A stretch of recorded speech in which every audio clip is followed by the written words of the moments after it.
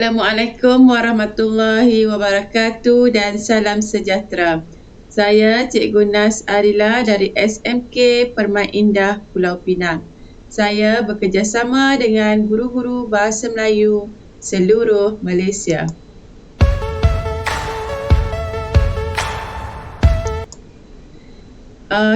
Untuk hari ini saya akan membuat perkongsian dengan tajuk menukar prosa klasik kepada Bahasa Melayu Standard. Bahasa Melayu SPM Kertas 2 bahagian A kita akan fokuskan hari ini untuk soalan 4. Standard kandungan 4.1 memahami dan mengapresiasi karya sastra. Standard pembelajaran 4.1.1 memahami dan mengapresiasi untuk menghubungkan aspek yang menarik dalam prosa moden dan prosa tradisional. Untuk hari ini kita fokus soalan 4 Bahasa Melayu Standard, menukarkan bahan teks klasik ataupun bahan lama kepada Bahasa Melayu moden ataupun Bahasa Melayu Standard.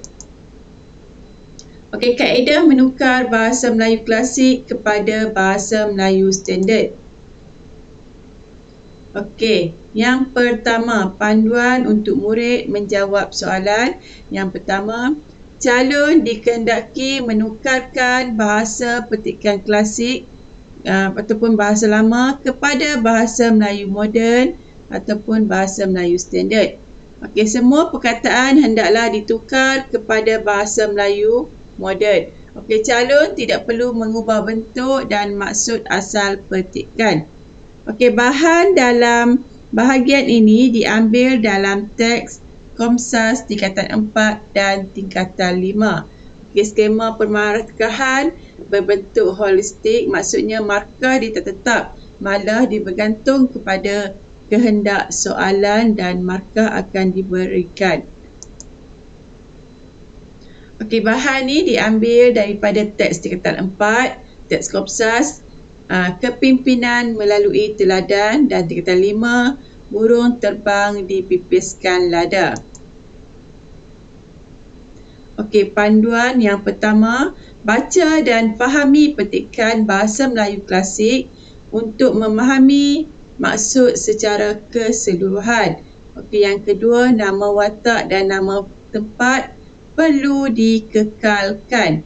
Yang ketiga, gariskan perkataan bahasa klasik yang dapat ditukarkan. Seterusnya, bilangan ayat mestilah sama dengan petikan soalan. Seterusnya, struktur ayat dalam petikan perlulah dikekalkan. Perkataan seperti hatta, arakian, syahadian, kalakian perlu digugurkan. Kata pun dan lah juga hendaklah digugurkan. Kata ganti nama diri dikekalkan seperti baginda, bonda, ananda, permaisuri, kakanda. Ini perlu dikekalkan. Contoh bahasa klasik akan tukarkan kepada bahasa moden. Contoh beradu. Untuk bahasa klasik. Bahasa moden tidur. Berlasung kawa. Untuk bahasa klasik dan bahasa moden berduka cita. Kandil, lampu dalam bahasa moden. Pitis, wang dalam bahasa moden. Seterusnya, hairanlah. Biasanya bahasa klasik dia ada lah, kah. Jadi dalam bahasa moden kita buang perkataan lah ni jadi bahasa hairan. Seterusnya, maka titah baginda. Bahasa moden, lalu baginda, lalu titah baginda. Contoh soalan macam ni, dia akan bagi baca petikan Bahasa Melayu klasik di bawah dengan teliti. Kemudian tulis petikan tersebut dalam Bahasa Melayu Standard tanpa mengubah bentuk dan maksud asalnya. Ini contoh petikan bahasa klasik. Jadi kita akan tukarkan kepada bahasa Melayu moden. Okey, jawapan dia seperti ini. Okey, contoh tadi, setelah sudah maka Ketalasari pun dibawanya masuk menghadap Seri Betara. Okey, jawapan dia Ketalasari dibawa masuk untuk menghadap Seri Betara. Okey, maka sembah Patik Gajah Mada. Okey, sembah Patik Gajah Mada. Okey, ada pun penjurit 7 orang yang dititahkan oleh Paduka Betara pergi ke Melaka itu, kabarnya sudah mati dibunuh oleh Laksamana ketujuhnya. Okey, jawapan dalam bahasa Melayu moden, 7 orang pahlawan ataupun penjurit yang mati disuruh oleh Paduka Betara pergi ke Melaka, kabarnya telah dibunuh dan oleh Laksamana kesemuanya. Ini antara contoh jawapan yang perlu dijawab oleh murid. Okey, kita tengok contoh. Tukarkan ayat bahasa Melayu klasik di bawah kepada bahasa Melayu standard.